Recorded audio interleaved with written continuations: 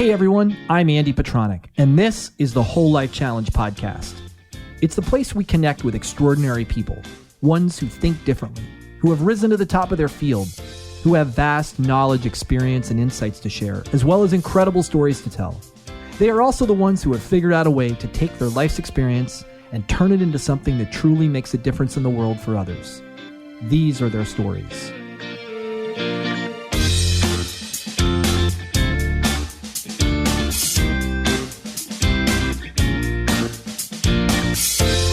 Hey everyone, it's Andy Petronic. Welcome back. This is episode number 132 of the Andy Petronic podcast. And got a great guest today. His name is Martin Gibala. Name recognition probably not there for Martin, although he is a New York Times best-selling author. His book is called The 1 Minute Workout. He's an exercise physiologist out of McMaster University. He runs that department. He's been doing it for many, many, many years, and he brings us the science. I was going to say he has a scientific background, but he brings us the science about interval training. Literally 1 minute workout, no.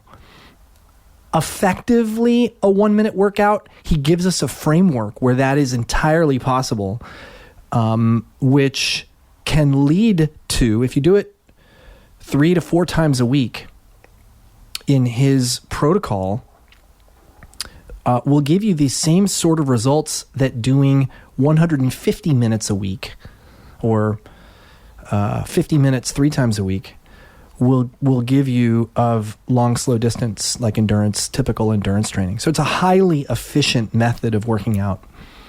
I'll tell you more about that soon, about the conversation. It's been chilly here in Los Angeles, and I'm actually enjoying it. But I've been practicing my unicycling. If you haven't seen that, you can check out my Instagram feed. It's pretty funny.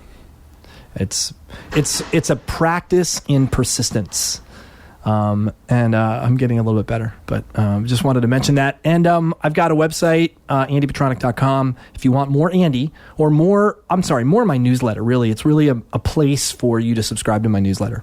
And in my newsletter, I bring you some of the things I'm exploring and looking at, and that are intriguing, that are fun and adventurous. And so check it out. I'm not going to spend too much time on that. The podcast is available on Spotify in case you're a Spotify listener. So you can check that out. That's kind of a new thing. We've only been on Spotify now for about a month. So now you can enjoy it. One of the places I listen to Spotify is in my Sonos system. I haven't tried yet listening to a podcast on Sonos, but that is now possible with the Andy Petronic podcast. Oh yeah. Oh yeah.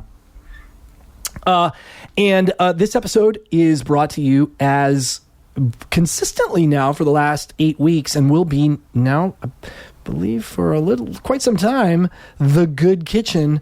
My friends there, let me tell you something. And you've heard me say this before, but meals that are delivered to your front doorstep that are organic, sustainably sourced, Whole Life Challenge compliant, fit into whatever dietary parameter that you want to give them. It's one of the greatest gifts you can give yourself. I would say it's slightly more expensive than going out to eat. I think my meals are in the vicinity of $14 to $16 each. When you get them, they don't look like they're going to be enough. Let me tell you, they are. And they're delicious. They are delicious. Some of them I heat up. Some of them I don't bother heating up because they're good just right out of the package. And I just recommend their stuff. Listen, if you want to try it out, you get 15% off your first order. You can use this link, thegoodkitchen.com/WLC.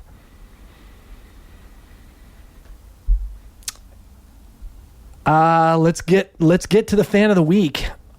This week, guys, I always go through my reviews we're getting so many reviews. I'm so grateful for you guys who are willing to go to iTunes to write a review. I know that it takes time and I know that it takes effort, and I really, really appreciate it. It's one of the very few ways that a podcast that's kind of a grassroots podcast like mine gets known in the world. So, gosh, we're up to over 50 reviews, which is a lot more than I had about 4 months ago when I did not do Fan of the Week. So, that's obviously working. But I'm gonna read one of the reviews. And by the way, if you want your review read, you've got to submit one. And the easiest way to do that is to go to bit.ly, bit.ly /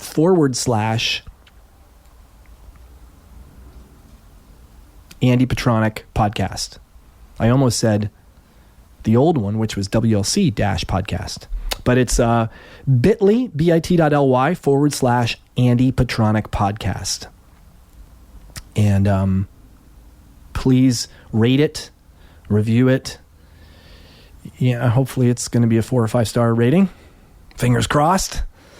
Yeah, if you got feedback from me that is less than stellar, I would appreciate an email.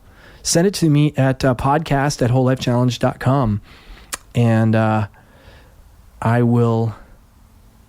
take it all to heart, and I do the best I can with these things. I'm really looking to increase the quality of people. Look, there's nothing wrong with the quality of people I got now, but I want to bring you guys the most informative and innovative people who are doing the coolest stuff in the world, who I think you're going to be interested in. And so far, I think I've done that. I want to continue doing that. So getting the podcast known outside the realm it's known in now is one way to do that.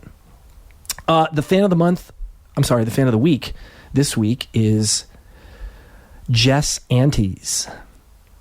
And he writes, informative, entertaining, and captivating.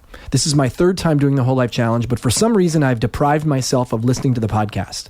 I'm so glad I started listening. Andy has wonderful guests and great conversations about very important issues. Each episode teaches me new information that pushes me to work even harder during the challenge and will stay with me between challenges. Also, Andy's laugh kills me. Great energy. Smiley face. Thank you, Jess. By the way, if you hear your name read on the podcast, and you send me an email, I'll send you out a T-shirt as my way of giving you a big thank you, a big kiss, a big hug. So thank you so much for taking the time to do that. And let's move on. Well, I was telling you a little bit about Martin Gibala, and let me tell you a little bit more. He became interested in this stuff because it was personal for him. He's a busy guy. He runs an exercise physiology lab, and he wants the best bang for his buck in his workouts. He doesn't have time. He's a dad. He's got a busy life just like the rest of us, and he wants to stay fit. So what are the best ways to do that? Now, he's in this unique position where he's actually studying the effectiveness of these kinds of workouts, and he's made that his mission. What's the minimum amount? It's a brilliant question. What's the minimum amount of training I need to do in order to either get fit or stay fit? And you're going to be really surprised at some of the things he says in this interview and in his book, if you decide to get his book, about what works. It's amazing how little you need to do to get the kinds of results that you would typically think of take 60 minutes, multiple times during a week to get. So he brings all of that to the conversation. He'll give you ideas as to what you can do on your own, what you can do, what his favorite workout is, whether you should train with a heart rate monitor, how to calculate your max heart rate, some of the cool new exciting things he's studying in his lab. He talks about some of the tricks that he has been studying and using, like using sodium bicarbonate. It's something that people have been using for years to improve training adaptations. We talk about the best fitness classes for improving your performance. There's a lot of really good stuff. he also shares with us some of the personal things going on in his life that he does to make it work for his wife, for his kids, for himself. And it was really a fun conversation. So I'm not gonna talk any longer. I'm gonna let you know that if you want the full show notes, which include links and resources and articles and bullet points from the podcast, go to wholelifechallenge.com/podcast. You can find all the podcasts there, and this one will be first in the list. So without further ado, let's bring in Martin. Sit down, relax, and enjoy Martin Gibala. All right, so here we go. Whole Life Podcast and Martin Gibala. Welcome to the Whole Life Challenge podcast. Thanks for having me on. So, I was about to say before I hit the record button, I have been basically living the results of high intensity interval training since I discovered CrossFit back in 2004. Before that, I was a huge endurance guy. Like I didn't think a workout was worth doing if it wasn't at least 60 minutes. I would literally have that mental conversation with myself. Like, you don't have 60 minutes. Don't even bother. Don't put your shoes on. And, boy, the transformation that occurred as a result of me being open to trying something new was pretty phenomenal. Now you've taken it even to the next level. Like in your book, 1 minute intervals. It's not really 1 minute or 1 minute workouts, but I get it is. Perhaps it is. If that's all you got, it's worth doing.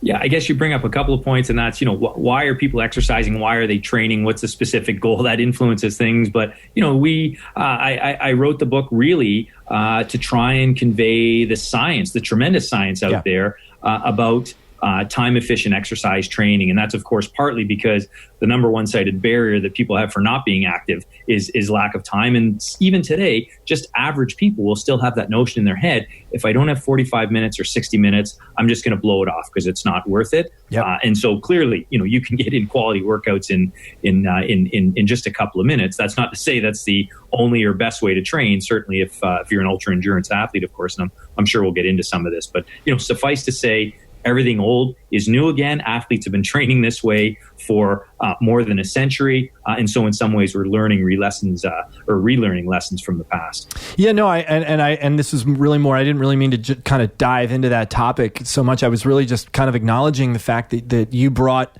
the science that you did to your book, because I kind of did it on a wing and a prayer, hoping that, Greg Glassman and the people that he trained were not leading me astray when I first started the experiment. And my first experiment, you don't know this, but my first experiment was I decided, okay, I'm going to run a 5K, and then I'm going to do nothing but CrossFit workouts for I think it was 2 months.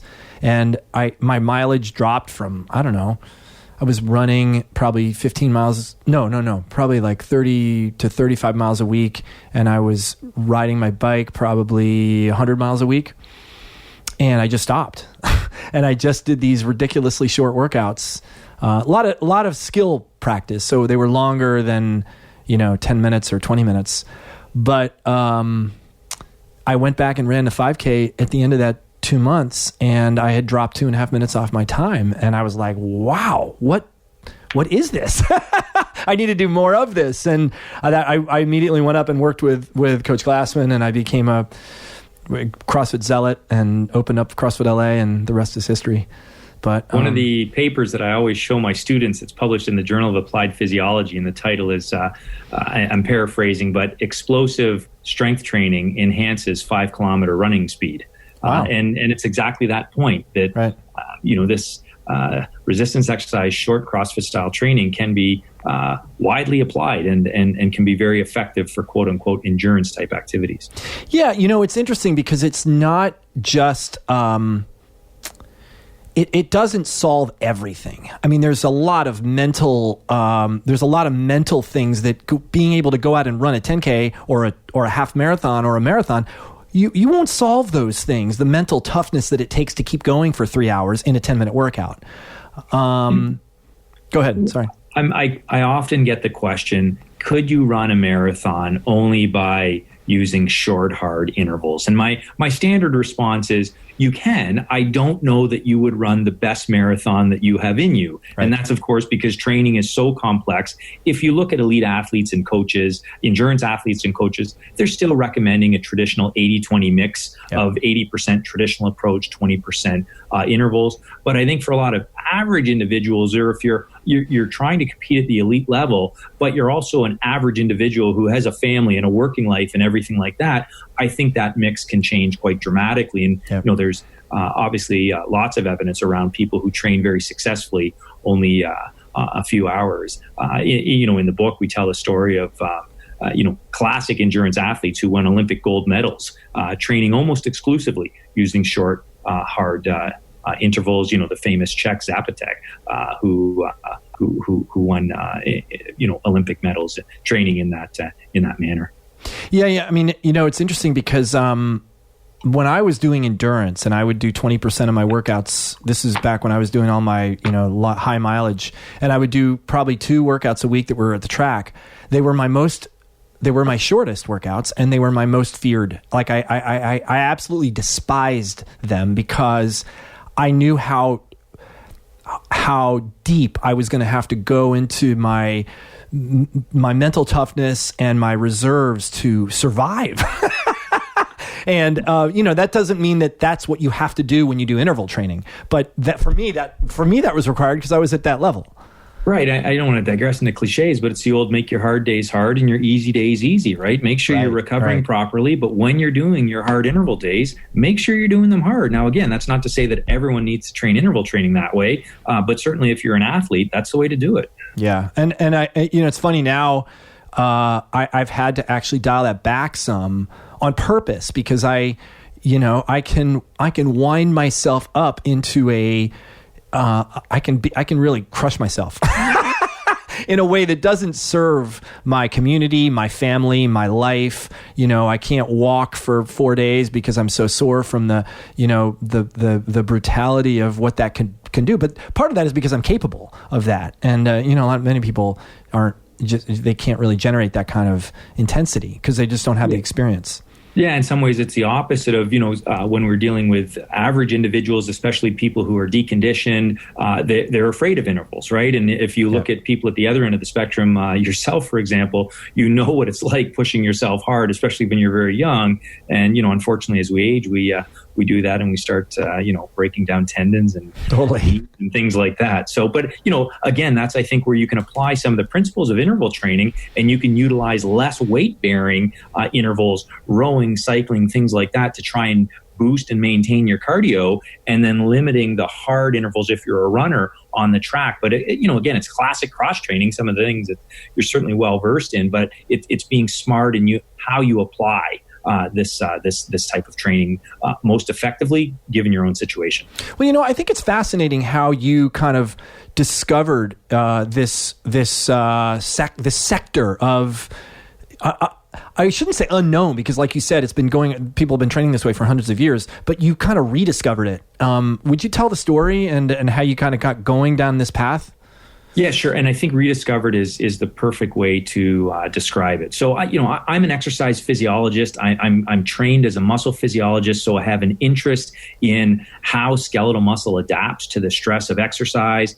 But from a kinesiology background, many of us get into exercise science and kinesiology because we were former athletes, and it's a way to understand your own physiology better. And so for a long time, I've taught a course called the Integrative Physiology of Human Performance. And my students have always been interested in the training regimes of elite athletes, and in particular, elite endurance athletes. And one of the things that these athletes have always done is interval training. And so I would say to my students, how is it that these ultra endurance athletes used quote unquote anaerobic type training to become better? And so why did these short, hard sprints help make them better endurance athletes? And it's a way for me to introduce the physiology of training to the students and frame it through elite athletes. At the same time, I was when I was first teaching this course, young, busy assistant professor, working wife, young kids, and quite ironically, for a professor of exercise physiology, I found myself with very little time to train and work out. And so I thought, you're talking about this stuff. Why don't you try it for yourself? I found it to be very effective to maintain fitness in my own way. And then that's led to 15 years of research. Really, we've been interested in pushing the boundaries and this idea of how low can you go? How little exercise can you seemingly get away with and still achieve these improvements, not only in muscle physiology and integrative physiology, but what does that mean for health-related markers? And so I think really what we've learned over the last 10 or 15 years is, number one, this type of short, hard, intense training is not only for very fit individuals. It can be widely applied with a number of caveats that I'm sure we'll get into. And secondly, it can be used almost exclusively to boost endurance performance, not just as a caveat and sort of classic speed training that you add to a training program. It can be used in and of itself largely to boost aerobic fitness. That's pretty remarkable. Like the story I was telling when we started the podcast, I discovered that it was possible to have this 10K endurance from doing 20-minute workouts, which seemed ludicrous to me. But what I found over the years of doing this, that it doesn't prepare the bottoms of your feet necessarily for the pounding that you take in a half marathon or the longer distances. It doesn't necessarily lead to anything longer than 40 minutes. Like if my workouts are 20 minutes or less, I've had some challenges when I hit the hour point, with cramping and with various other things that happen just as a result of going for longer distances. Yeah, and it gets back to something we touched on at the beginning is, what is your goal of training, right? And the way that we would instruct an elite athlete or a highly trained athlete who wants to further enhance their performance, that's going to be very different from the message we might give to average recreationally active individuals or very deconditioned individuals. All of them can perform and benefit from interval training, but the prescription, of course, is going to be very, very different. And so that's an important caveat, of course. How, if you go back to your story, were you, how did you employ the interval training in your own training? What did you do? Yeah, so I'm a big, I like cycling, and so that's mainly how I use it. So, I ran, I got in triathlon through late high school, and so all through university, I competed in triathlon. I ran track and field, not that fast in university, but so that's the background I was coming from, and I had some surgery on my knee, and so increasingly I've been unable to run, now to the point I can't run at all. So cycling is my go-to exercise.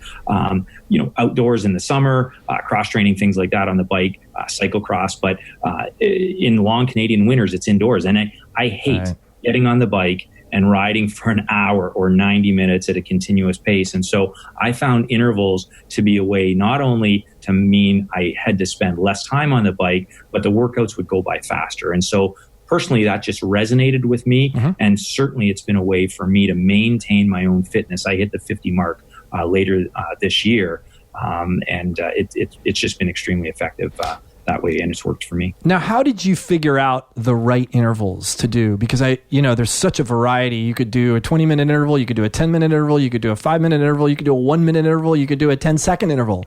The door is so wide open. What have you found? Yeah, so partly it's been taking some clues from the literature or seeing what's been done previously. Again, this whole idea of rediscovering. And so we've slowly just pushed the bar and increasingly have had this appreciation for this marked intensity duration trade-off. And it's not a linear trade-off. It's almost an exponential trade-off. So if you're willing and able to go very, very hard, you can get away with a surprisingly small dose of exercise. And that's where the title of the book, The 1 Minute Workout, comes from. It's been from studies where we have compared individuals, one group doing 3 20-second bursts of all-out exercise, and another group doing basically public health guidelines, so 150 minutes a week of the traditional exercise. And we've shown that if people do that type of training for 3 months, the improvement in their aerobic fitness is basically the same. The improvement. No, wait, you're saying like 3 workouts a week? How many workouts a week at this 20 seconds on? Yeah, so let me back up. The 1 minute workout is basically 10 minutes start to finish. So people come in, they do a 2 minute warm up, they do 3 20-second bursts of activity with 2 minutes of recovery within each one, and a 3 minute cool down. So start to finish, that's 10 minutes. Yep. But within that 10 minute period, it's 3 20-second bursts of very hard exercise, or 1 minute of exercise. We've had people do that 3 times a week for 3 months.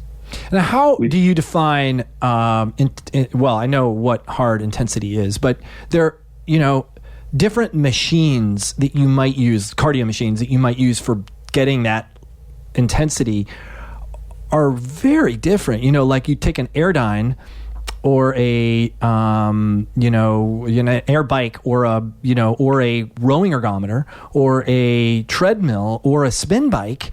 Like, you have to approach them. Like, I wouldn't even know how you do that on a spin bike. The Airdyne is much more obvious. You just go as hard as you can for 20 seconds.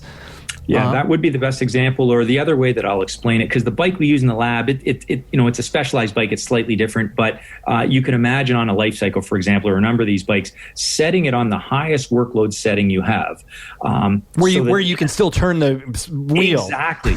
But even within the 10 to 15 seconds, you're starting to slow down. So you're fatiguing over that. Your pedal revolutions are going down. So again, it's about as hard as effort as you can put out. If you're outside, it would be getting the bike into high gear as you can sustain, and then sprinting, going as hard as you can. Right. Exactly. Okay. Running uphill as hard as you can. That's the type of effort that we're talking about. And we've compared that to groups doing 50 minutes of continuous exercise 3 times a week. So that gives the 150 minutes a week. And we picked that because that's public health guidelines, right? 150 minutes a week of moderate exercise. Yep.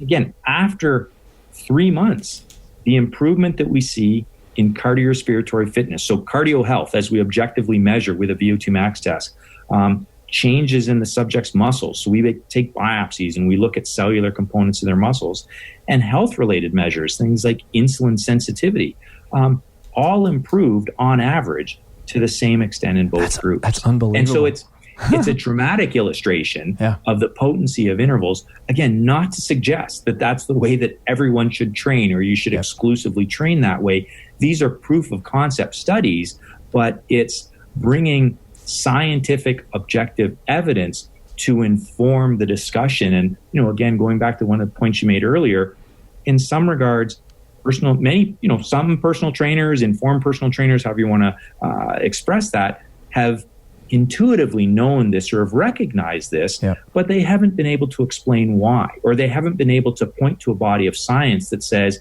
here's the evidence demonstrating that some of the principles I'm utilizing are effective. Go back to the athletes at the turn of the century who were using this to win Olympic gold. In some regards, they didn't care how it was working, but they knew it was, because their endpoint is performance. But for a lot of people, the endpoint isn't performance, it's health. And so you want to reduce your blood pressure, or you want to reduce your blood sugar, we need to have the evidence showing that type of training works for that specific situation. It's interesting what you just described is a I don't know if this is a known model or it's just one I learned through my interactions with CrossFit and Greg Glassman, which we call the black box.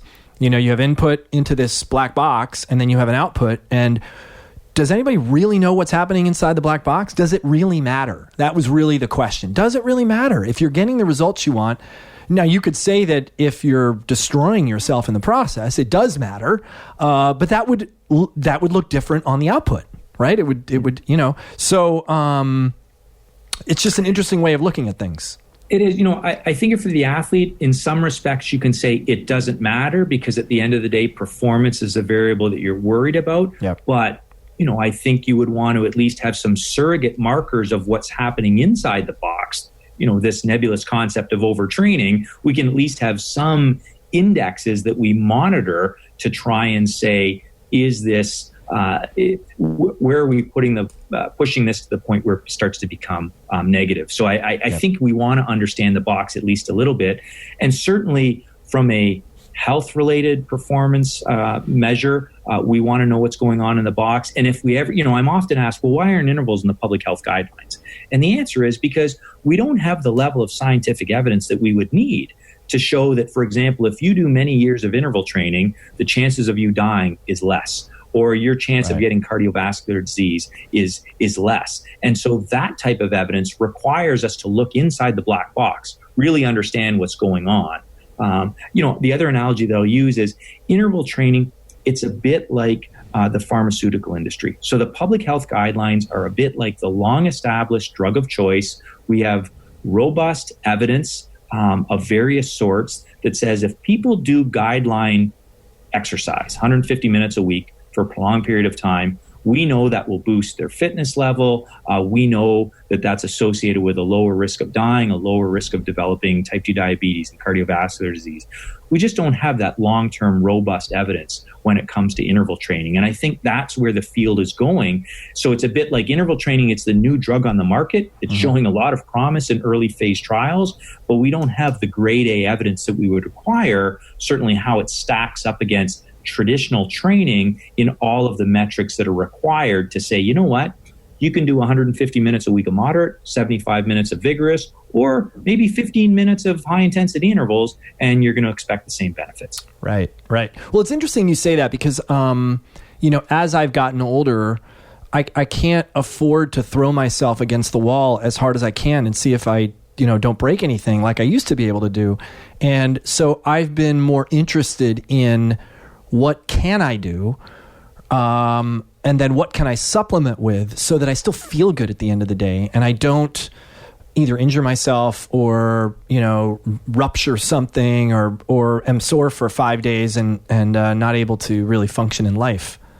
Yeah, absolutely. And again, it's all who you're talking about, but using that same idea or concept, a question becomes, can older individuals do interval training? Yeah. What type of training is suitable for them so that they don't physically break musculoskeletal injuries or have some sort of adverse cardiac event, right? And so, again, these are the same sorts of questions, not from an athletic perspective, but asking the other people at the other end of the spectrum, what can we do to them? What can they safely perform? And, regardless of where you fall on the spectrum, at the end of the day, you're an N of one. You're an individual, and we know there's highly individualized responses. So we can give generalized advice, and for, if we took 100 people who are athletes and 100 people who are cardiac patients, on average, this is how they're likely to respond to these interval training protocols, but there's going to be outliers at either end. And interval training for a few of them might not be suitable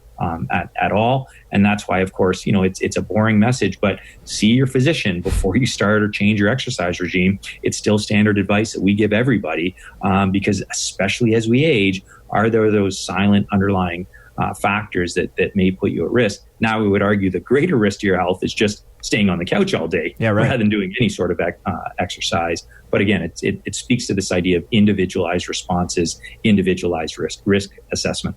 Well, the question in my mind that's begged when you say that, go see your doctor, is does the doctor really know? I mean, it's in the world of health and nutrition, half the time, you can hear. There's all kinds of evidence that would point to the fact that the doctors are guessing half the time, and they don't have time to spend with you. If they spend 9 minutes a year with you, you're lucky in a normal doctor-patient relationship. So, does your doctor really know, or are they just making their best guess based on averages? It's a fair question. I think at least your physician should be able to give you a risk assessment, right? Sure, or highlight, this is something that you need to get checked before you might engage in vigorous exercise. But your point is well made. And I think generally there's still a lack of understanding about interval exercise and the fact for how widely it has been applied. Like there's just hundreds of scientific studies now that applied interval training to individuals with cardiovascular disease, metabolic syndrome, type 2 diabetes, older individuals, showing that, again, properly scaled and they can benefit from this type of training. Yep. And I think a lot of people are still afraid of interval training. Yeah. So I look, I have experience in all this stuff, but I want to hear what kind of testing you've done and what you know. I think it's pretty obvious that you can get on an exercise bike and do intervals. It's obvious you can go to the track or run in the front of your house and do intervals. But what about strength work and push-ups or squats or things that most people have never considered as a metabolically demanding element? I know Tabata is famous now a lot due to CrossFit of those intervals. What can you tell me about that? Or have you tested that stuff in the lab?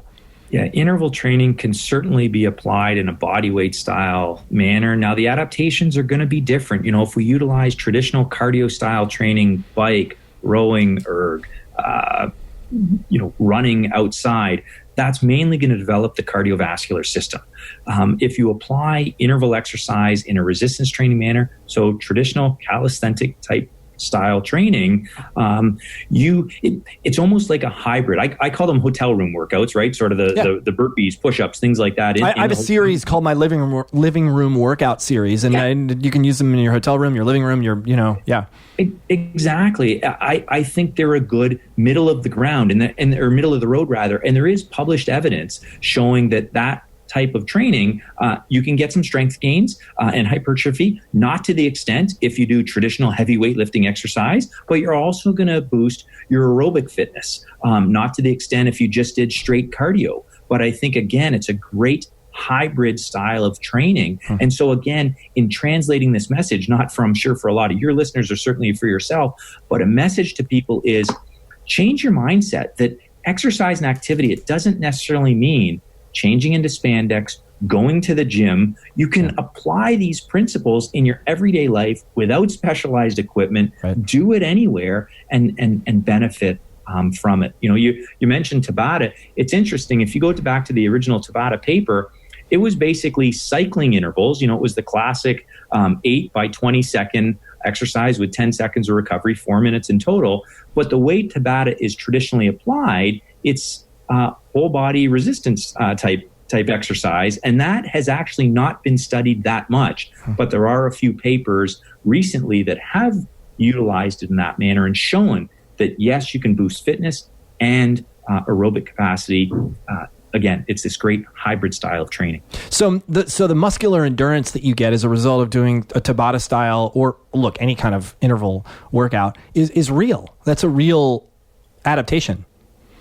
Absolutely. And, muscular endurance means different things to different people. But to me, it largely means boosting what's known as the mitochondrial content in the muscles. Those are these, the powerhouses of the cell where you use oxygen to burn fuels like sugar and fat, and it makes you more fatigue resistant. And that's something that we routinely measure in our studies is mitochondrial content to give an index of the fatigue resistance of the muscles. We also know it's increasingly important for health. And so people who have a higher mitochondrial content, for example, have a lower risk of developing type 2 diabetes. Now, does the mitochondrial content shift or change with traditional strength training? Like if you're doing 5 sets of 5 back squats, or is it only when there's an aerobic load that adaptation occurs? It can change a little bit, but not dramatically. And so this, again, depends on the starting level of the individual. So broadly speaking, resistance training is not going to cause large increases in mitochondrial content. If you start out in a relatively untrained or deconditioned state, then almost, when you contract your muscle, it doesn't know if I'm going for a bike ride or if I'm lifting a weight. Right. It just knows, holy smokes, I'm having to deal with this massive metabolic stress and I better start to adapt. So when you start out, almost anything will help a bit with your endurance and will help a bit with your strength. But after a while, the body starts to figure it out a bit. And we know a lot now, actually, about all these molecular pathways that explain that. So, to answer your question, we don't expect to see big increases in mitochondrial content with traditional weightlifting exercise. Now, if you do it with very short recovery periods, it becomes a greater aerobic metabolic stress, and you can see increases in mitochondrial content with traditional resistance exercise workouts. Yeah, my partner Michael Stanwyck, my business partner, he does 20 he started out with one set of 20 back squats, and his goal was to see how much weight he could lift. And then he went to 2 sets of 20 back squats I think he had a time limit set. I think it was a 10-minute time limit. And then more recently, he's like, okay, I want to be able to get, I think the number is 185. He goes, that's his body weight. I want to be able to do 185, 3 sets of 20 with my body weight on the bar in under 10 minutes. I'm like, good God, that would be impressive. Because I've done a 20 by 20, not 20 by 20, a 1 by 20 with body weight, and it by itself is brutal. Yeah. But the capacity or adaptation is phenomenal, isn't it? It's remarkable. It's remarkable. Now, what about the adaptations on the body from the increased load that is created from the speed? When I do a bodyweight squat at 1 rep in 10 seconds, basically the effective load on my body is my body weight. I'm not doing anything more than my body weight. But when I'm just guessing this because I've never done any testing of this, but I would imagine that if I put my feet on a scale and I started moving at 20 reps in 20 seconds or 20 reps in 15 seconds, like moving really fast, that the load is changing, and that load changes the adaptation of the muscle. Is that something that you've looked at in these interval workouts? Yeah, it is related. And that's obviously, the load, like force over time is power, of course. Yeah. And so really you're making, what you're talking about there is a more powerful movement. This is hard to study precisely, but part of the adaptation with intervals, you can imagine a fuel gauge, right? And so the traditional way is you might push on the gas pedal partway down, you sort of hold it there, and that's going to drop fuel stores in the muscle slowly over time, and that leads to adaptation. Now with intervals, you can think of, you're sort of dropping the gas pedal harder in a shorter period of time, you're sort of reefing on the pedal and then backing off, even though the time involved is much less. The rate of change in these various molecular fuel sensors in the muscle is very fast. And so the idea is that the physiological adaptation is similar, but it can be triggered in different ways. And so what you're talking about, I think, is these really explosive, fast, powerful movements. Going to that fuel gauge analogy, the rate of fuel depletion is extremely fast, even though you're not holding it for very long. And so in some ways, it's not surprising that you can still see these significant adaptations that are triggered. And so, the underlying question becomes, well, is it the rate of fuel change? Is it the absolute fuel change? And when I talk about fuels, we're talking about things like oxygen and glycogen levels and all of these metabolic signals.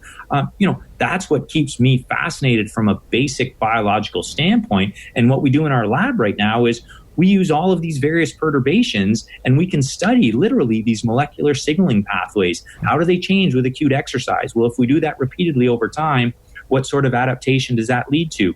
Well, what if we use some sort of nutritional intervention to try and alter how these metabolic fuel signals are changing? And so for me, that's just fascinating, basic human biology and human adaptation.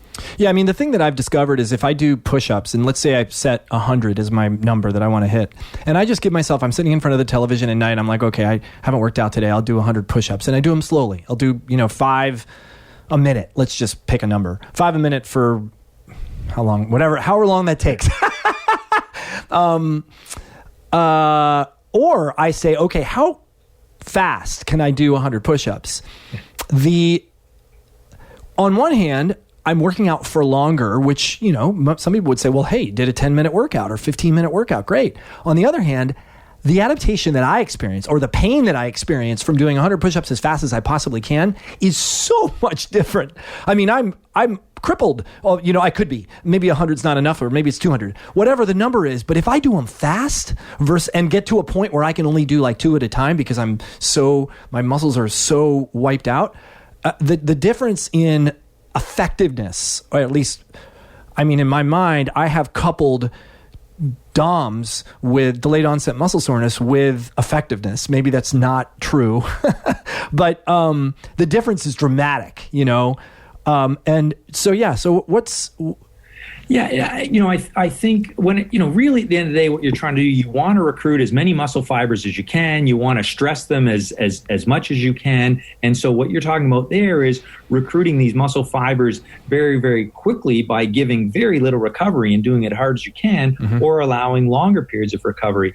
My colleague, Dr. Stuart Phillips, he's doing some research right now on resistance exercise. It's quite controversial, but what he's trying to address the question of, do we have to lift heavy weights in order to stimulate muscle hypertrophy? And the traditional school of thought is, well, yes, you do. And you have to at least lift 2/3 of your 1 RM, or 80% of maximum to elicit fatigue. And what Stu's research is showing is, no, you actually don't. You can lift 30% 1 RM or very light weights. But if you do a sufficient number of reps and eventually fatigue, the adaptation can be quite similar. And he literally measures protein synthesis rates, and he uses MRI and looks at the size of muscles. And so it's consistent with this idea that you just need to stress the muscle fibers. You can do it in many different ways.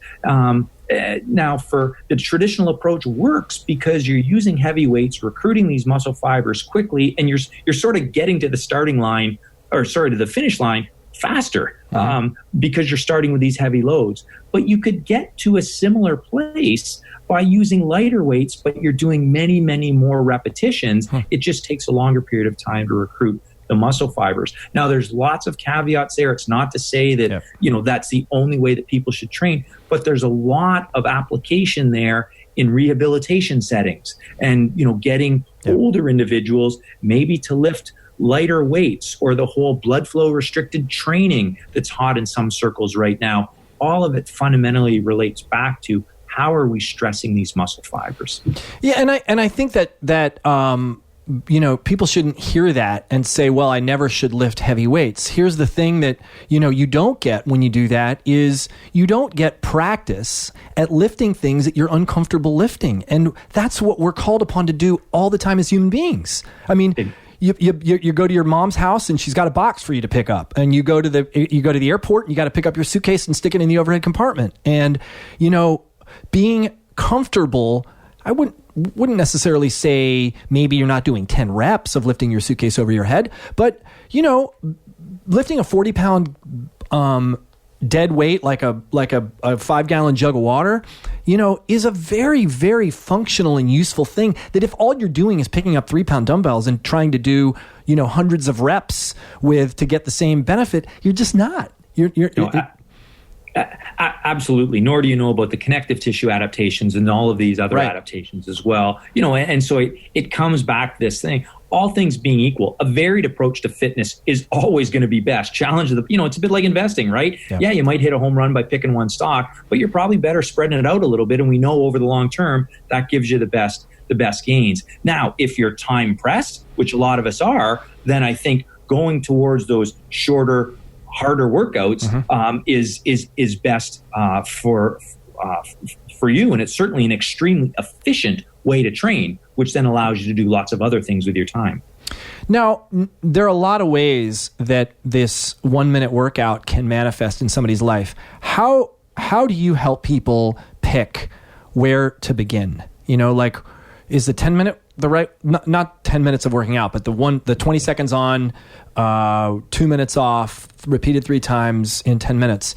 Do you start with that? How do you do that if you're a beginner to this? Yeah. So, we'll often tell people when they start, just get out of your comfort zone. So whatever you're used to doing right now, and that resonates with people, as simplistic as it sounds, if your only exercise is walking around the block, an interval workout for you is picking it up for a few light posts and then backing off and repeating that a few times.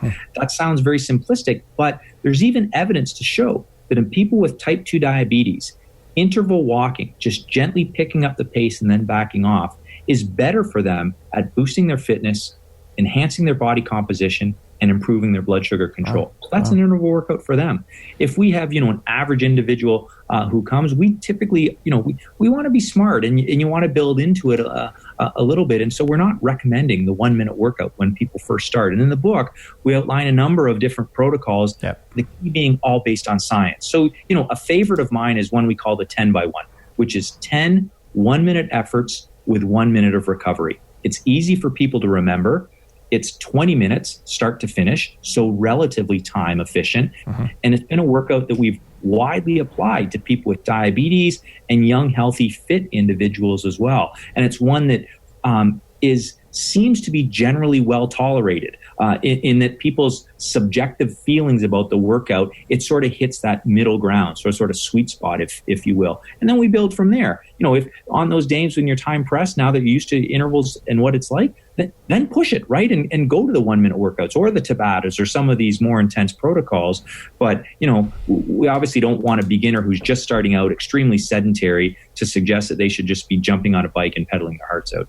Well, okay, so how do you determine then what's the best amount of rest? Because Tabata gives you almost no rest. I mean, the 10 seconds of rest, by the time you're on that 6th to 8th interval, it feels like no rest at all. And then, I've done intervals before where it's been a 30-second interval and a 90 seconds of rest. And by the time I get to, if I'm really going all out, by the time I get to number 6, usually I stop after 6 or 8. I don't do 10. So how do you know? Then that would be the same equivalent time for each round. That would be 2 minutes per round. How do you know what's right? The ratio between the work and the rest? Yeah, the reality is we don't. But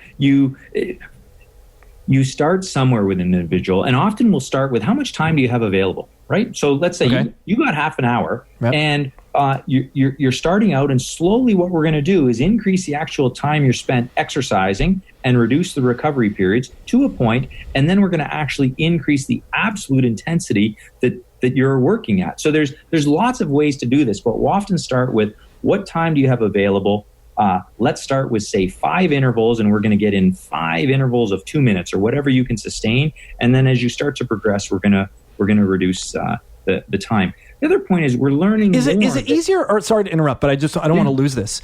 Is it easier or harder for people that do not have a lot of interval experience to do a longer interval or a shorter interval? Like, where is the? Some people might say, well, I've never done this before. I should only do 10-second, 20-second intervals. How do you? Shorter, more frequent intervals are easier for beginners to sustain. Okay. And that's supported by some research we talk about in the book from some of my colleagues who they're behavioral psychologists, or they study the social psychology of this. What do people rate as more tolerable, or they're more likely to stick with it over the long term? Doing sustained periods of intense effort is extremely demanding. And again, this is for beginners. So the answer is shorter, more frequent bursts of effort are easier for beginners to sustain. And is it easiest to program in just a 1-to-1 ratio for beginners, or do you want to do a little bit more rest than work? Yeah, I think, again, it's all going to depend on what's that starting interval, right? Are you working at 70% of max or 90% of max? Right. And so, we'll start with that 10-by-1. I like it because, again, we now have evidence that it's generally well tolerated by many different individuals. And so the progression from there would not be reducing the recovery interval. It would be, okay, let's increase the absolute setting on the bike so you maintain that same perception of effort or that same percentage of heart rate. But again, there's no hard and fast rule, but that's how we would typically start it. The point I was going to make earlier was we're also increasingly recognizing there's a point of diminishing returns, or there's a lot of bang for your buck with a few intervals. And so there's been a number of studies recently that have looked at a 5-by-1. So 5 1-minute intervals with a minute of recovery. And the boost that they're seeing in fitness levels is very similar to what we've previously seen with the 10-by-1. So again, it gets back to this idea that, it's the few hard intervals seem to be extremely potent, and then there's diminishing returns after that. It's like the classic, what's best? How many sets of bench do I need? Right. Well, the more you do, you're going to get incrementally greater improvements. But if you just do 1 set of bench, you can probably see 30% strength improvements. If you do 3 sets, maybe you get 35. So if you're a bodybuilder or the person who wants to eke out every last, adaptation, then the more sets and volume, the better. But if you're the individual who just wants a time-efficient workout to get strong, then doing less can be very effective. So you could mess around with a 10x1 concept and just say, okay, well, that seems like a lot for me. So I'm going to go 30 seconds on and I'm going to go a minute rest. I know that makes an odd interval. It's 90 seconds, but then and I'm going to do that 5 times and just start. You got to pick a place to start, right? You got to point to something and go, I'm going to start there. And this is the beauty, I think, of it. It's the daunting part, but also the beauty of interval training is that it's infinitely variable. And for vast majority of people, it probably doesn't matter what you're doing. And indeed, varying it up is best, right? There's only so many ways to jump on a treadmill, jog at a moderate pace for 45 minutes. But with intervals, again, it's infinitely variable. And so in the book, we just say, look, here's 12 different workouts.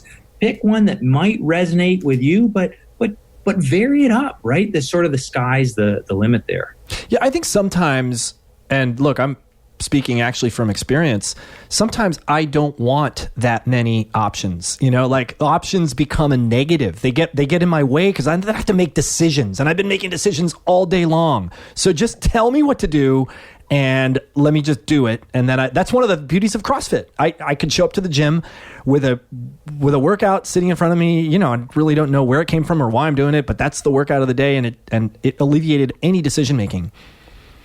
No, absolutely. And again, we're all different, and sometimes we're different even day to day, right? So some days you're like, you know what? Just tell me what I got to friggin' do. Yep. And other days it's like, no, I want to do something different today. And I think that the message is either one is okay.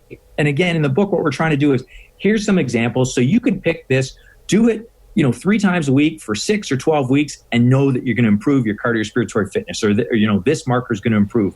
But if you want to vary it up, that's okay too. Right. The best exercise for you is the one you like, you enjoy, you're more likely to stick with it over the long term. What you're saying resonates with me. Like my standard go-to routine on the bike is 4 5-minute efforts with 1 minute of recovery. So it's about a 25-minute workout, start to finish. That would be a workout that I do on my bike at least 3 times a week. That's right? rough. And sometimes I'm going to vary it up a little bit.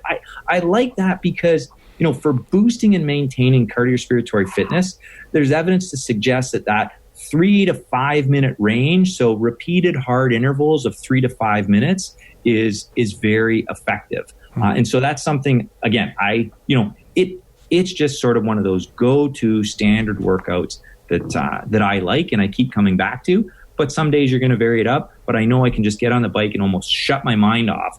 And, that's a pre-programmed workout that I can just dial up and go with. Now, how do you measure intensity? Is it heart rate? Is it how you feel? Is it, what does that stand for? RPE?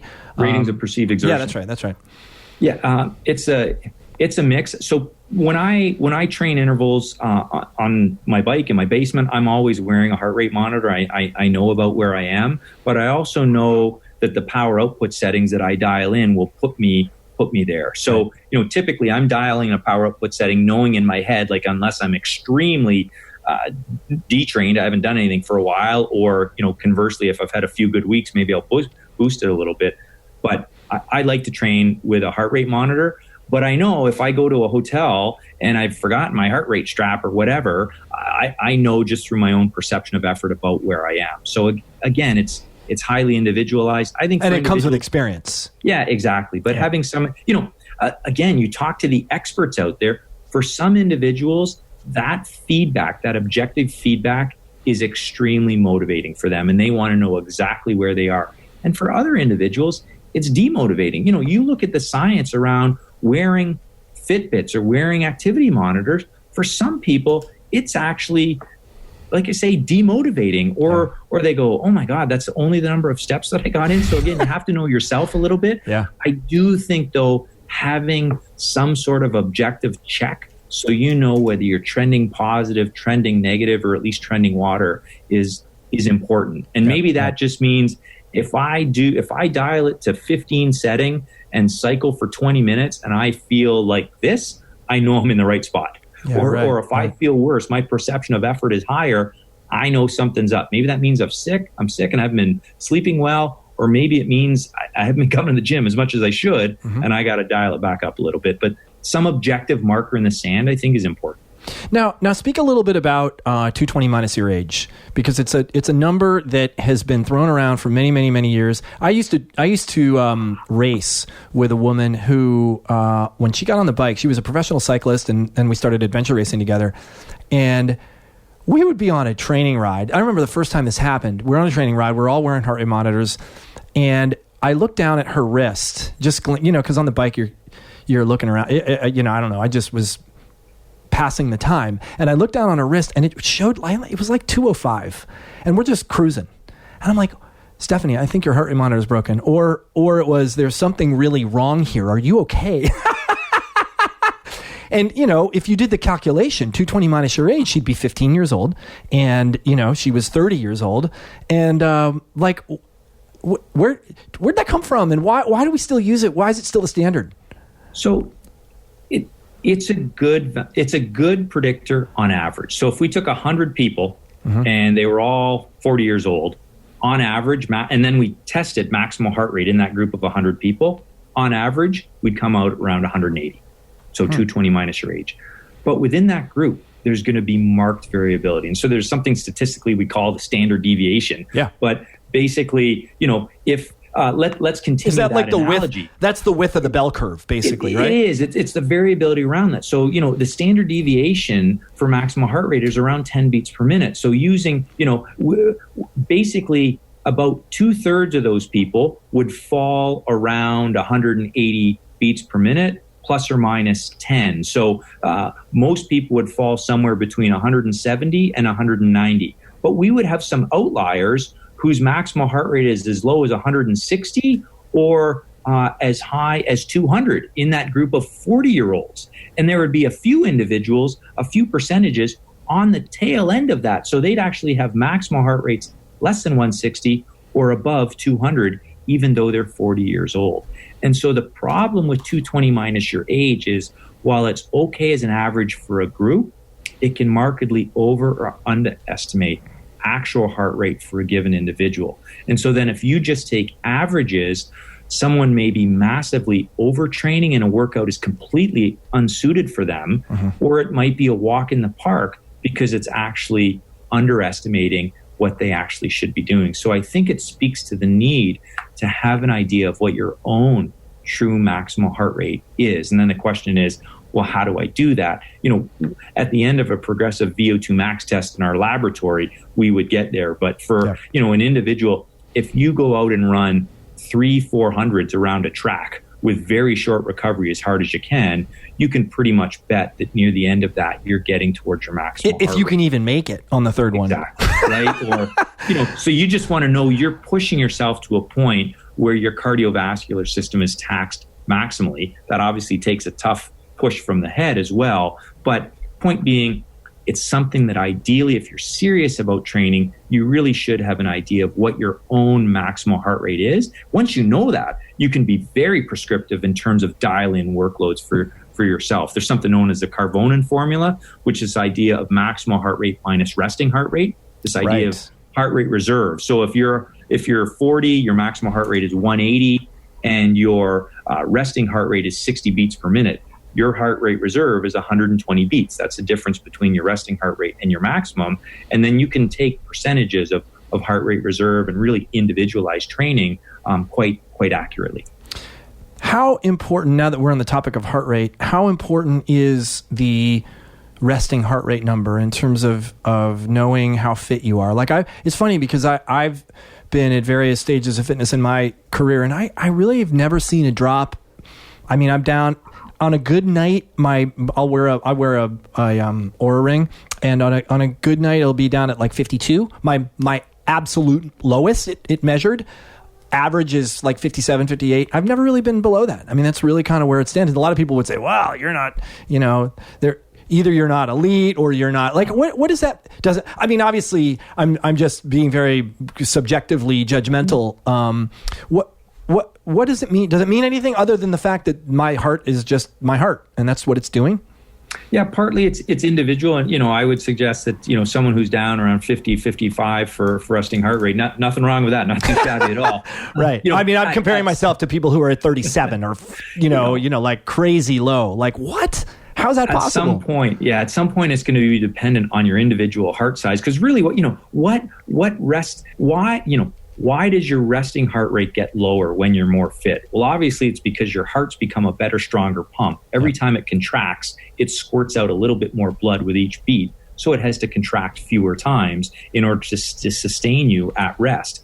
There's an intrinsic low point that you will get to that's largely determined by your heart size and things like that. Even the most elite athletes, their resting heart rates aren't going to get down to 10 because it's just not humanly possible for a heart to be that big and contract that much at rest. So this is where, there's an individual point you can get to. It's a bit like you want to be an elite marathon runner. Well, you better have a genetic potential to have a very large heart that allows you to have a VO2 max of around 80 mils per kilogram per minute. You can train as much as you want and have the best nutrition, but it's the old pick your parents right. If you don't have that genetic potential to get there, it's not going to happen. And so for most of us, we're on a range. And so as fit as we can make ourselves, we're not dropping our resting heart rates down to 35 or 38 beats per minute. It's just not possible for us. Yeah, I mean, you can also, I appreciate that. Like I kind of knew that, but I really wanted to hear it from, you're not a horse, but the horse's mouth. Like, Andy, you're okay. You're still in the ballpark of decent. Like, I knew that. I was pretty sure of that, but it's nice to hear that. And if I can just interject on the horse analogy, in this integrative physiology course that I teach, I use comparative physiology, and we make comparisons of a thoroughbred racehorse and a common cow, for example. The stroke volume, which is the amount of blood that's coming out of your heart with every beat. When a thoroughbred racehorse's heart contracts, about 1.5 liters of blood. I'm trying to quickly do my math for the U.S. listeners. That's about 3/4, a little more than 3/4. Not quite half a gallon, but it's more than that. There. 1.5 liters. I was thinking 3 liters. Yeah. So I think US half gallon, 8 or something. Almost half a gallon of blood is coming out every time the horse heart contracts. It's actually remarkable. For humans, it's somewhere around 200 milliliters or so, about half a can of pop, which is still pretty, half a can of soda, which is still impressive. But putting it in perspective sometimes in terms of these values, it's quite remarkable. Yeah, I think about that and think about how when my heart's beating 170 beats a minute and it's pumping half of a like 6 ounces of liquid. And I think about trying to keep up with that. I couldn't keep up with that. If I was dipping a cup of 6 ounces into water and I couldn't do it fast enough to keep up with my heart. The other way I'll explain it is, the most elite endurance athletes will have a maximal cardiac output of about 40 liters per minute. And so a typical, medium-sized car might have a 40-liter gas tank. It takes you more than a minute to fill your car. And so when you think of reefing on the gas pedal as hard as you can, how quickly the gas is coming out of that, the amount of blood coming out of an elite athlete heart is greater than that rate you're seeing. It's just remarkable. Wow, that's amazing. It's almost like watching the fill-ups. It's probably the Indy cars and the Formula cars can fill up maybe a little bit faster than that, but not much. Yeah. That's pretty amazing. Yeah. What kinds of things are you working on now in your lab? Like what's current research and where are you experimenting? Where are your students experimenting? Yeah, so it probably goes across 3 areas. One is we're still doing, I think, some good basic physiology. So we're taking humans, subjecting them to these different interval training protocols and looking at the way that their bodies respond. My focus is on skeletal muscle. So literally the molecular signaling proteins and how they change in response to these different workouts. That's very basic physiology research that we do.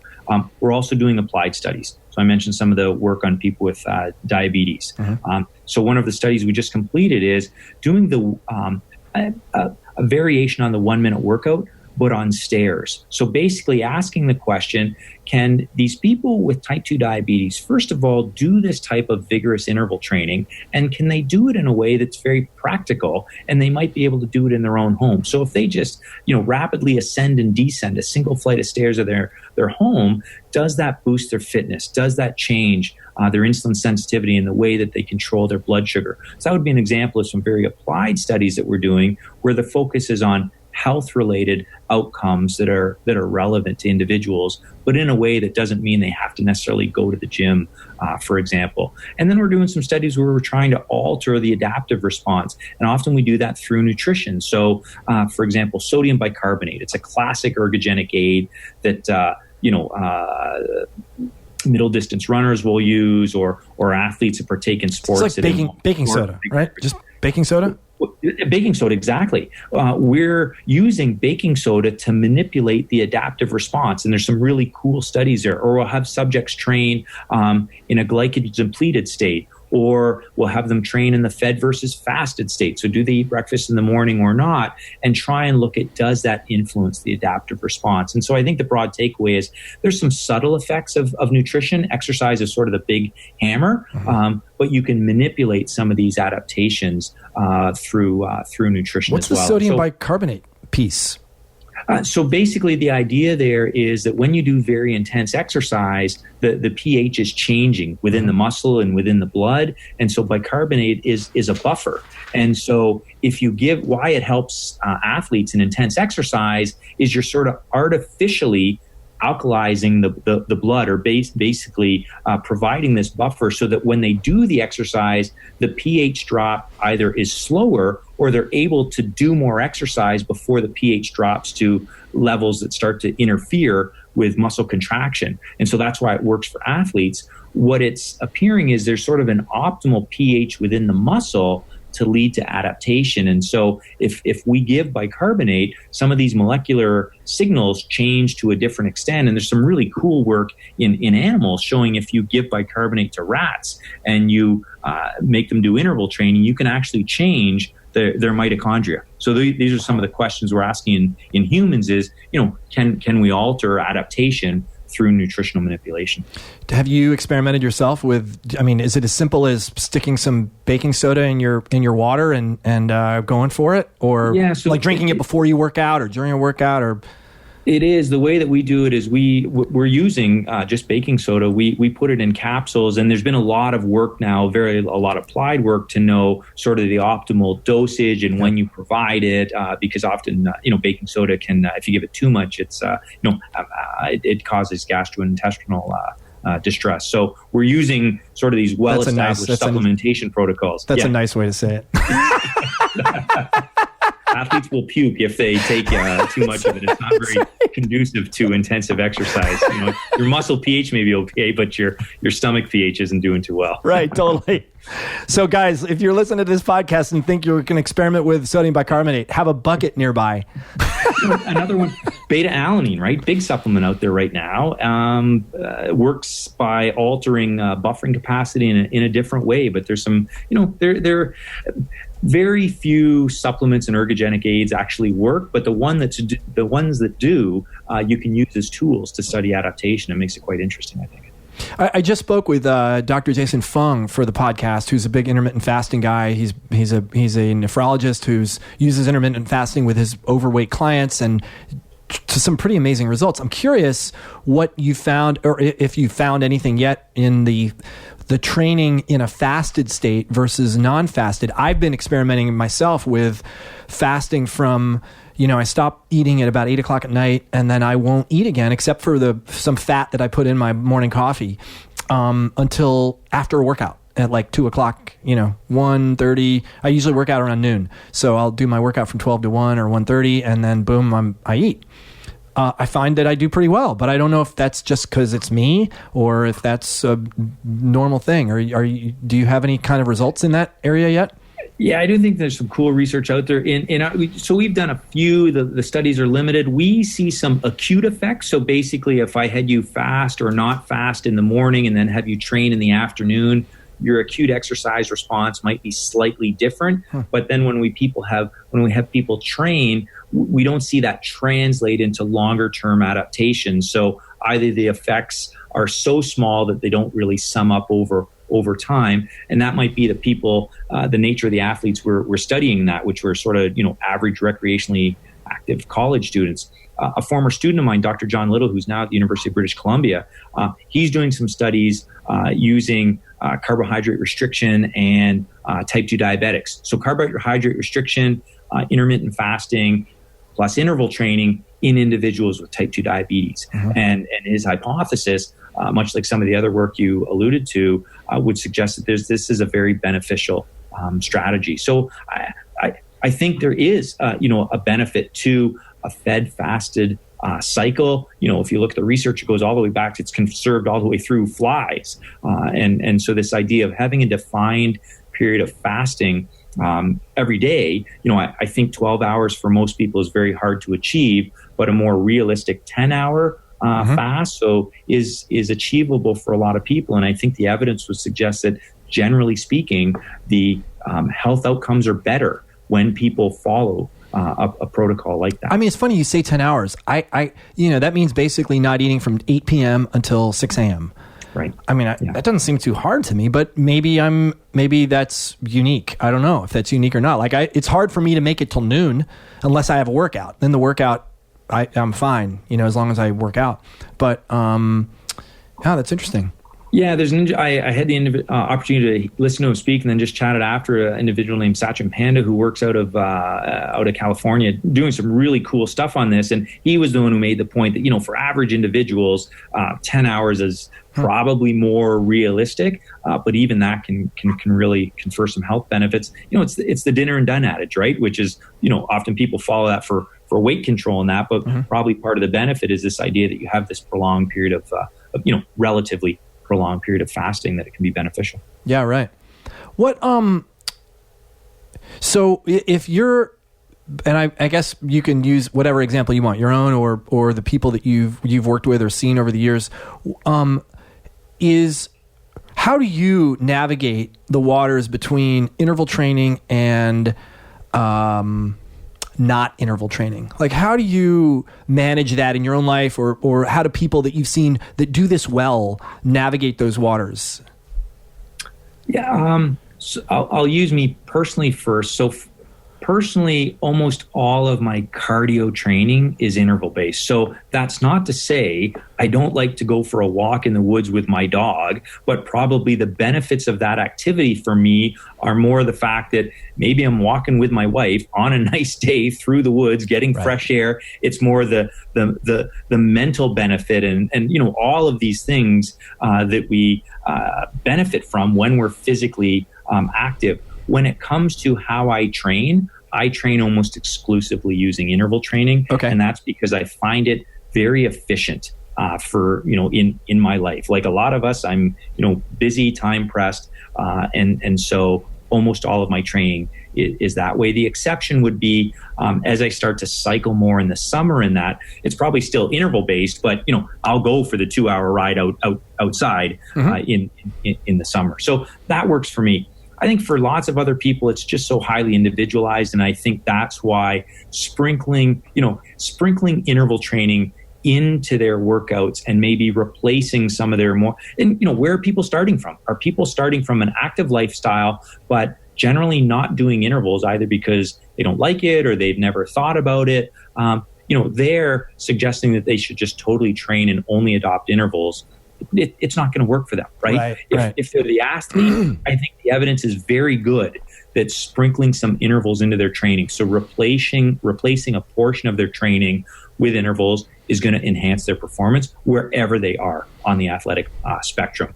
For other individuals, it's basically saying to them, on those days where you're otherwise blowing off a workout because you don't have an hour, try a 20-minute interval session, and it probably means that one of those other workouts in the week you can drop as well. So again, it's unfortunately we're so different.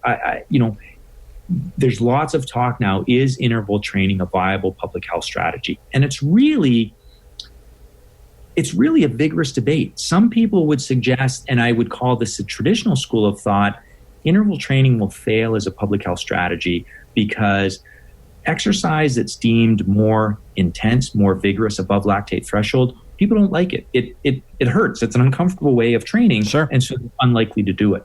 But there's a whole new school of thought that says, well, wait a minute. First of all, intermittent vigorous exercise where you're getting breaks is totally different than continuous vigorous exercise.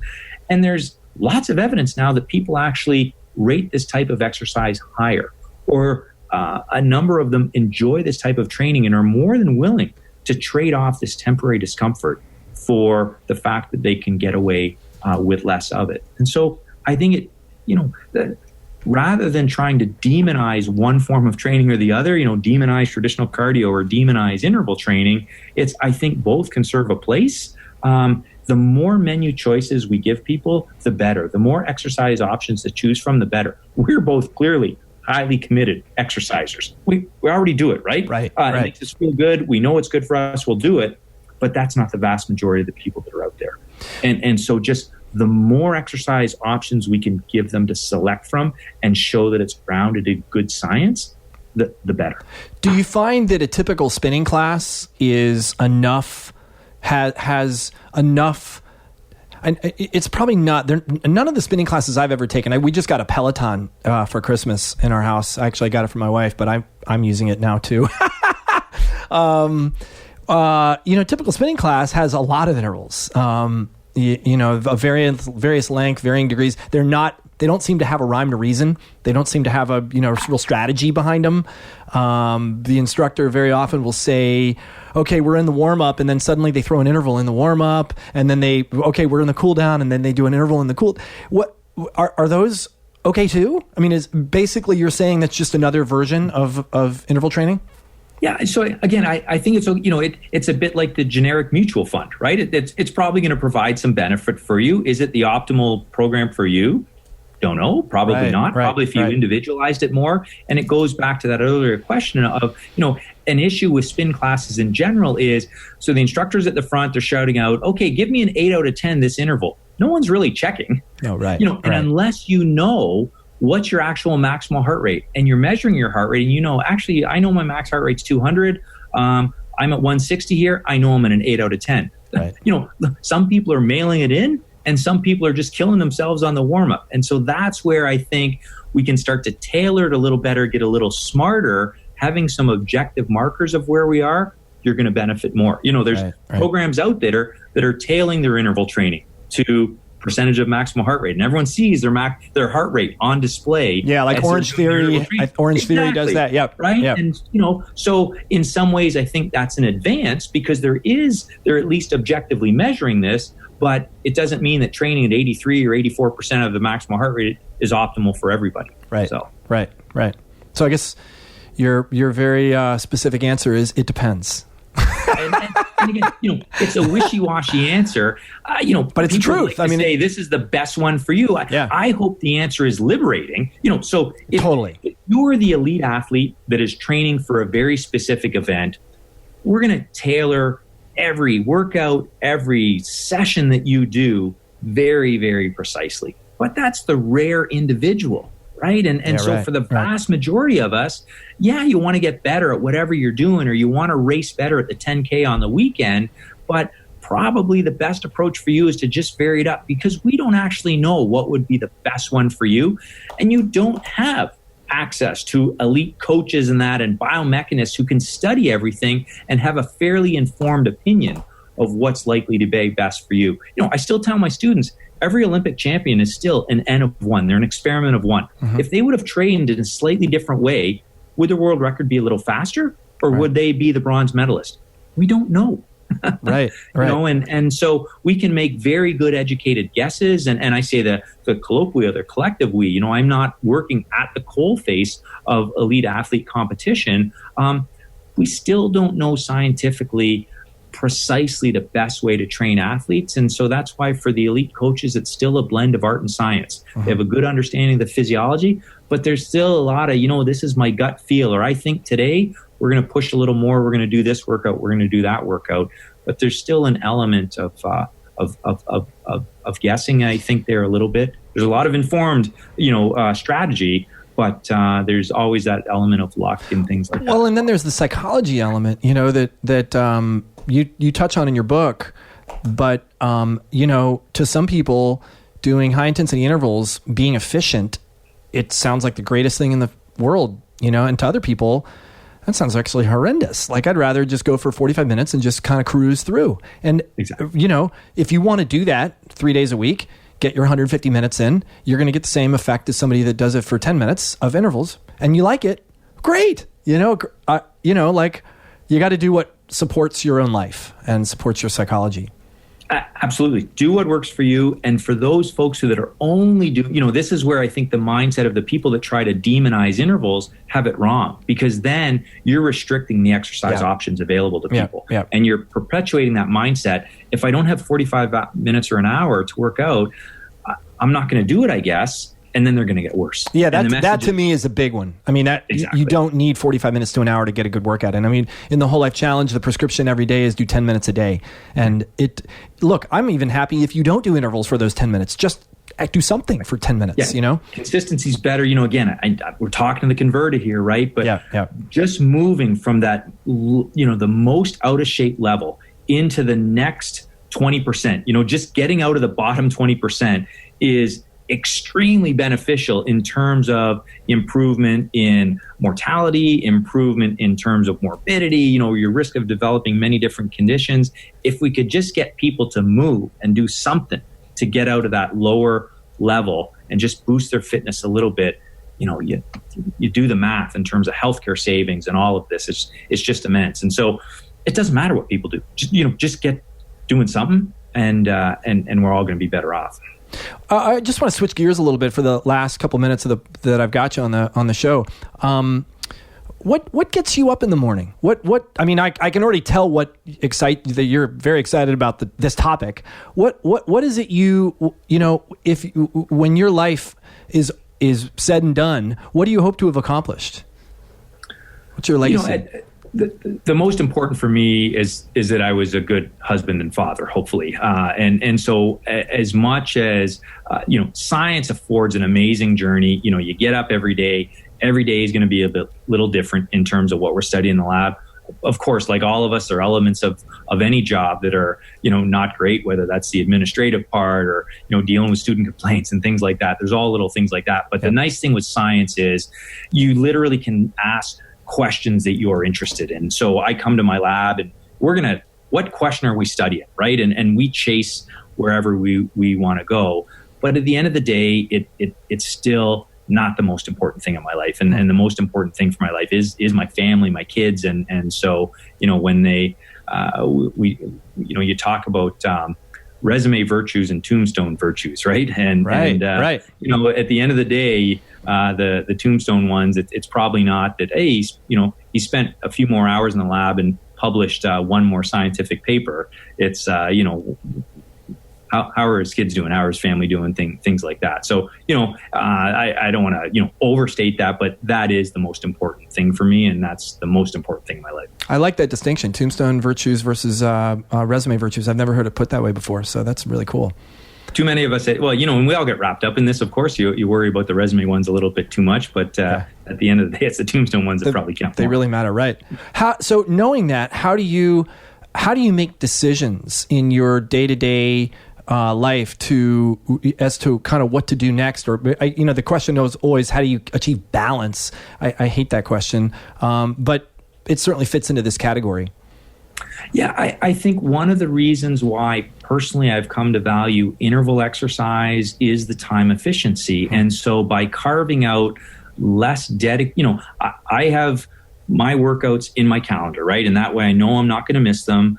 But by using intervals, I can get away with less time. And so that frees up more time for other stuff. I've coached my kid in different sports. I'm able to be there for most of the important things that are in their lives. And intervals play a part in that because I'm a committed exerciser, but I can spend less total time doing the exercise in order to free up some things, free up time for other things.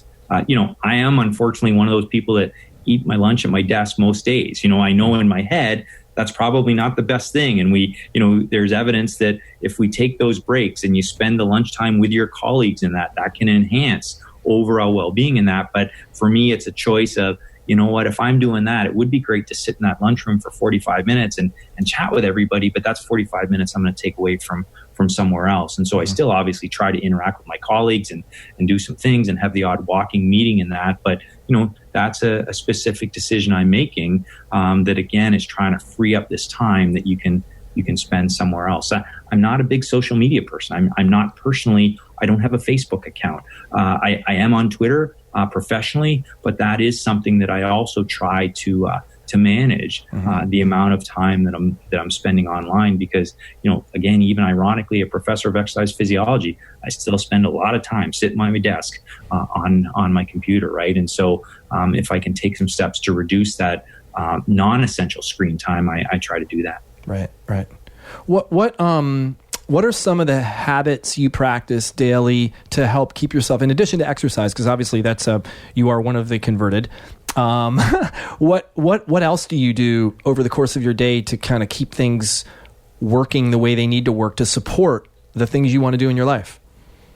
Yeah. So again, trying to carve out time for family. So every day for 20 years, I have made my wife a coffee in bed, and we take that time again at the so she's a teacher. And so we're fortunate in that we both work day jobs. So we don't have time shifting and everything like that, which presents a whole bunch of challenges.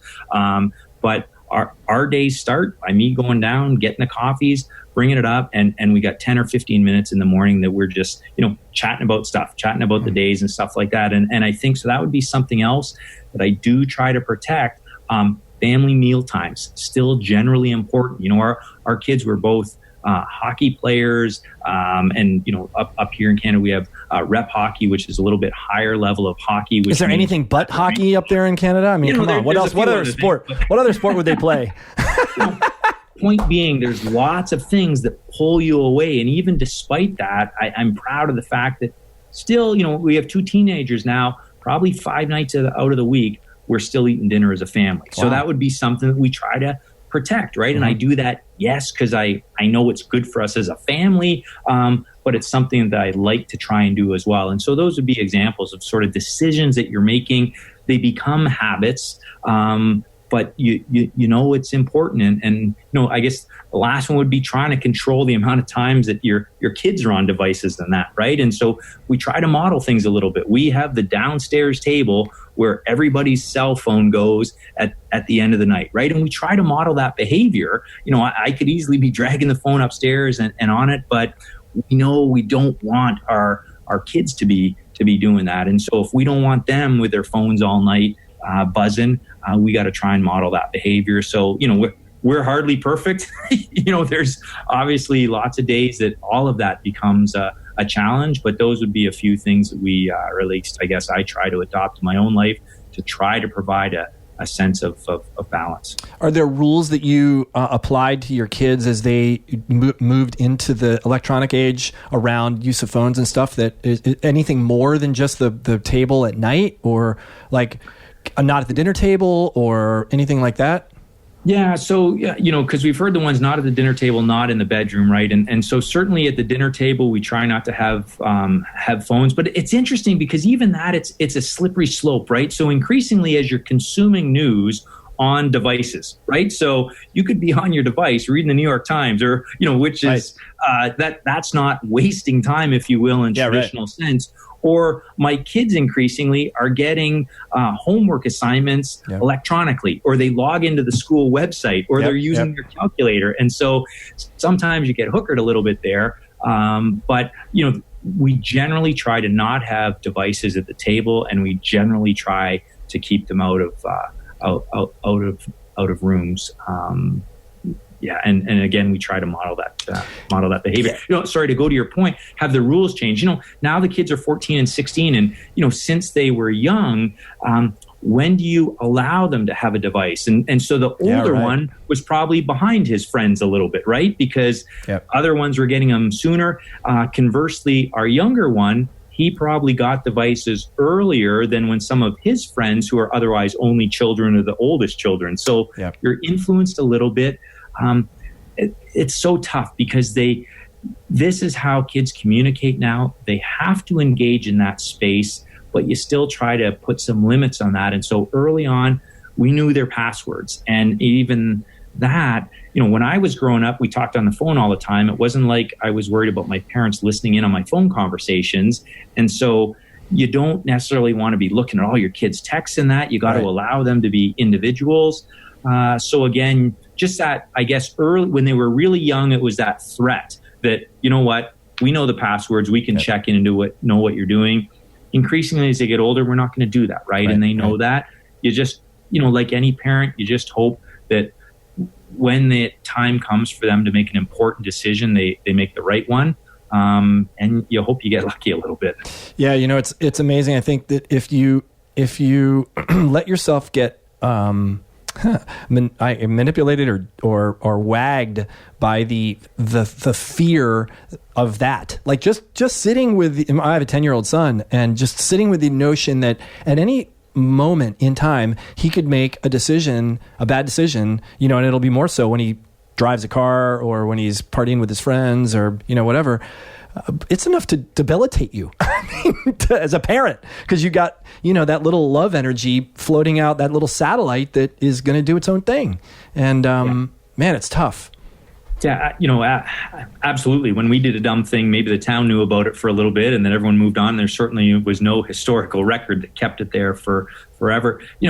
It's scary. Like, obviously it's topical in the news these days, but just the number of Silicon Valley executives that are sort of coming out saying, whoa, what have we created here? And we really have to put some stops. But the genie's out of the bottle in some respects. I'm not saying anything particularly profound here, but I think just being cognizant of it and taking some reasonable steps to try and protect your kids a little bit and limit things, at least being aware of it and trying to do something is more than half the battle. Well, taking it back to the N of one, we are all, and to physiology, exercise physiology, we're all in the middle of a humongous global experiment. And we always have been. I mean, from the dawn of time, back when Christopher Columbus came and, crossed the Atlantic, they didn't know what it was going to be like to be.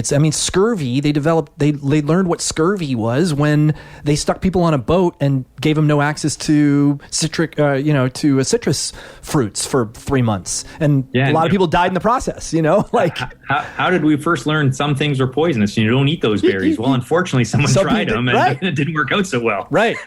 So, I don't think it's really much different than it has been in history. It's a different form today, than it ever has been. And maybe it has a greater chance to affect a much larger swath of the population in an instant, but absolutely. Well, thank you so much. I really appreciate your time and your candor and your answering of my barrage of questions. I kind of geek out in this stuff just because it's something I've done for 20, 25 years. And I really appreciate the work that you've published and the bringing of this scientific, the scientific element to this really amorphous thing that I started, when I started CrossFit, but a lot of people have been doing for a long time. It really helps to. It really has helped me to sink my teeth into it, and I really, really appreciate it. Well, certainly appreciate the dialogue. Hope your listeners have appreciated it, at least in some regards, and certainly appreciate the opportunity to be on it. It's been a real privilege. Thank you. Well, we'll talk soon, and maybe at some point we'll do it again. Sounds great. Okay.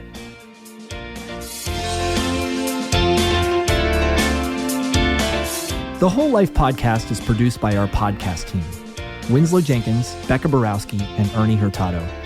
You can find all of our episodes, links, and complete show notes at wholelifechallenge.com/podcast. The way that I've found is the best way to listen to podcasts is to subscribe so that episodes automatically get delivered right to your mobile device. You can do that in any podcast app on your phone. And hey, if you like the podcast, please do me a favor. Go to iTunes and give it a 5-star rating and recommend it to your friends. I'm Andy Petronic, and thanks so much for listening.